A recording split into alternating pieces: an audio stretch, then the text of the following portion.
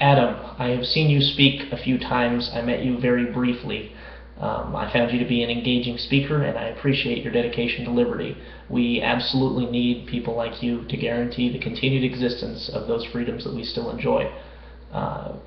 My credentials are virtually non-existent. I have some audience on Reddit. You and I have a mutual acquaintance in Bill Buppert, and other than that, you have absolutely no reason to listen to me. So my words will have to stand for themselves. I appreciate the appeal of a large open carry protest in D.C. It speaks to a courageous defiance of what is wrong with the legislature and with the executive. A few thousand men with rifles marching around doesn't hold Congress to account. The electorate holds Congress to account. And the electorate is where we civil libertarians and gun owners are going to have to win this fight. The right to keep and bear arms is in peril. I'm not denying that. But that peril rests not with the minority of congressmen and not with the minority of voters or even with the president himself. It rests with the residents of bad ideas within the minds of those congressmen and those voters and the short-sighted good intentions of the president.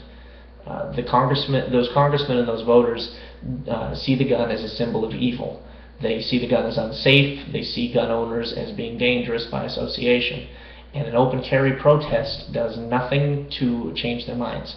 An open carry protest preaches to the choir very effectively. It'll spark conflict and it'll spark division. And it will put off people to whom, frankly, we should be reaching out based on our other commonalities. Pictures and videos of an open carry protest will encourage some gun owners, but there'll be guys who already agree with us. Now, this statement wouldn't be useful if I just got up and said, Adam Kokesh is wrong because I say so. So what I'd have you do instead of marching the entire protest with rifles, I'd have you start just as you'd planned. You start out in Virginia, you check unloaded, you check clear, you make sure that nobody's carrying any ammunition. If you could have open chamber indicators, I think that would probably be a very good idea. You begin the march in Virginia. As you cross into D.C., you lay down your arms. Leave them guarded. Do the rest of the protest. Go march around D.C., do a speech, do the rest of the protest just as you'd planned. Come back, retrieve the rifles, and conclude the festivities. There are a couple of things that this does. In the first place, it indicates the same show. It's the same show of solidarity. It's the same willingness to stand up. It's the same willingness to defy the powers that be.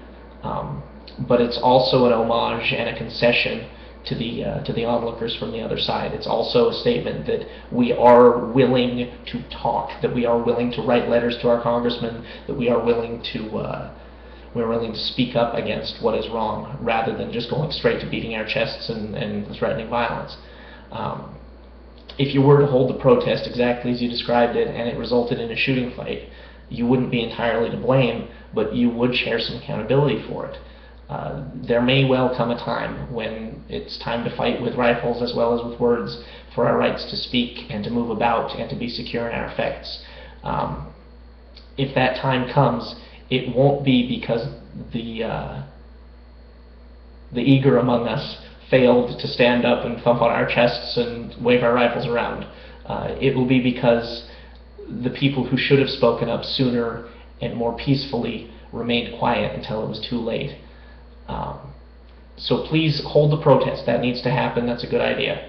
But don't hold exactly the protest that you described exactly as you described it.